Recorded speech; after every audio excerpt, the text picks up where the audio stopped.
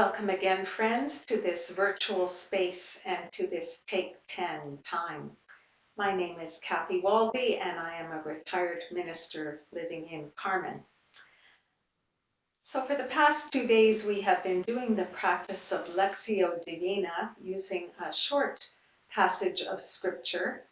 Today, I invite us to do the practice again, but this time using a reading from this wonderful book by Richard Wagamese called Embers. Richard Wagamese was an Ojibwe writer and poet who died sadly a couple of years ago. But this book is just filled with beautiful images and pieces of poetry and thoughts written by him. I'm going to share a reading from the section of the book called Stillness. And as we have done in the past, I will do the reading 3 times. Each time I will invite you to do something different in the silence that follows, and we will share this practice together.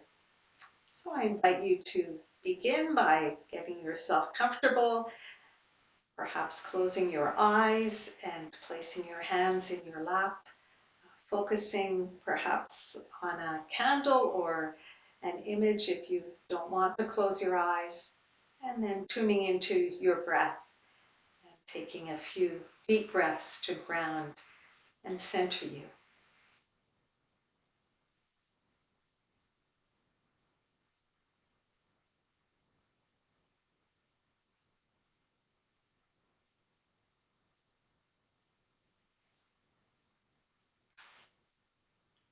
So as I share the first reading of this passage, I invite you again to listen for the word or the phrase or the image that speaks to you, that you feel drawn to in some way.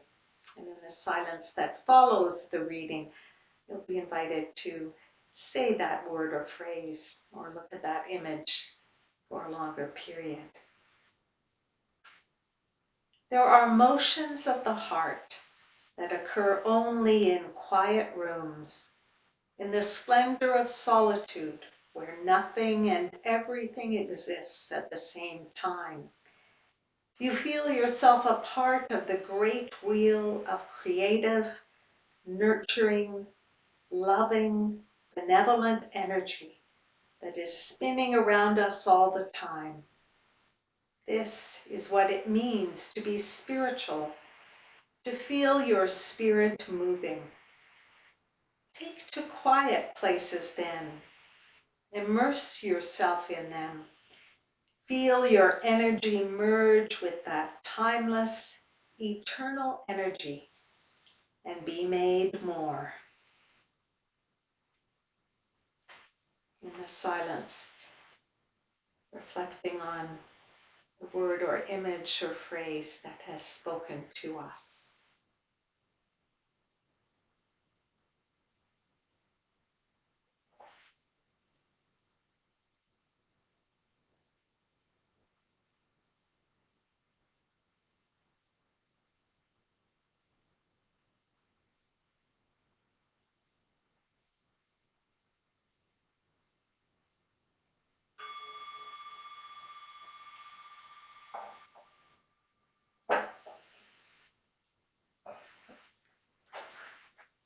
Now I will read the passage again, and this time I invite you to reflect on how that word or phrase that resonated with you might be speaking or connecting with your life today. Why do you think it caught your attention? Or what might it be saying to your circumstances here and now? There are motions of the heart that occur only in quiet rooms, in the splendor of solitude where nothing and everything exists at the same time.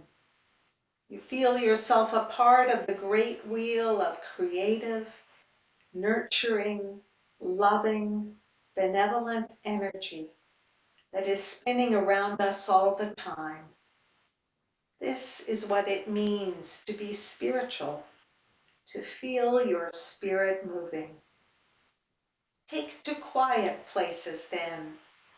Immerse yourself in them.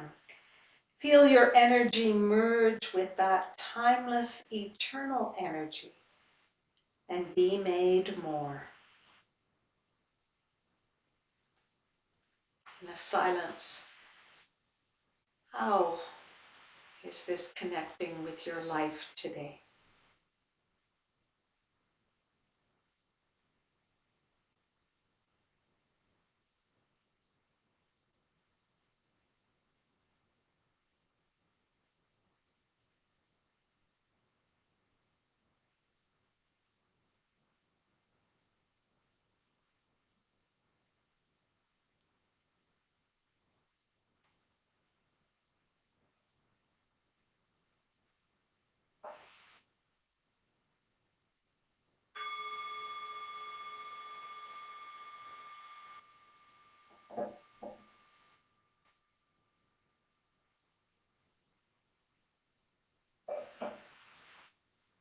And now I'll read the passage a third and final time.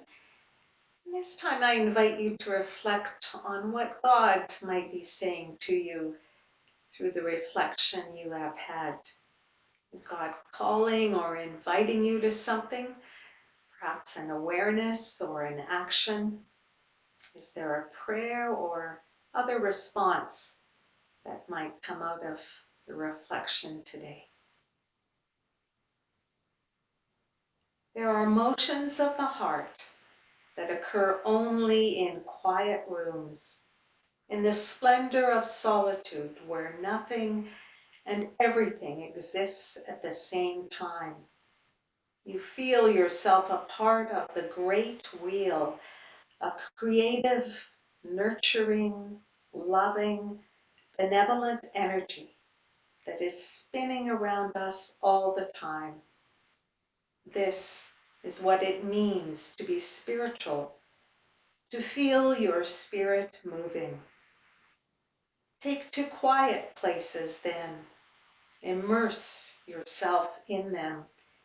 Feel your energy merge with that timeless, eternal energy and be made more. Reflecting on what God might be saying to you through your words and reflections.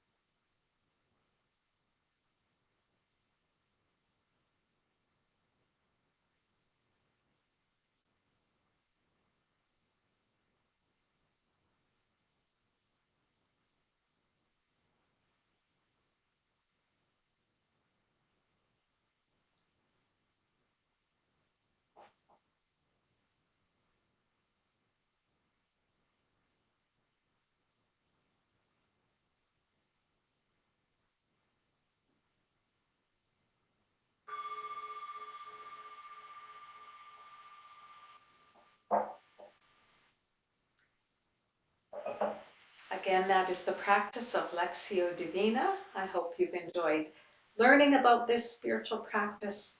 As I mentioned before, sometimes there's a fourth step where people simply rest in God's presence and contemplate without words or images at all.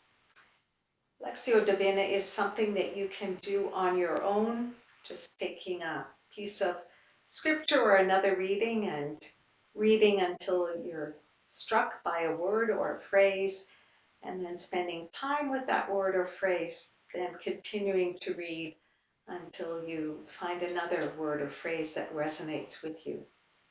It's also a practice that works really well in a group setting where people can share their words and the connection to their lives and even prayer for one another. I hope you have found this time meaningful as I have, and I look forward to being with you again later in this Take 10 series. Peace to you. this day.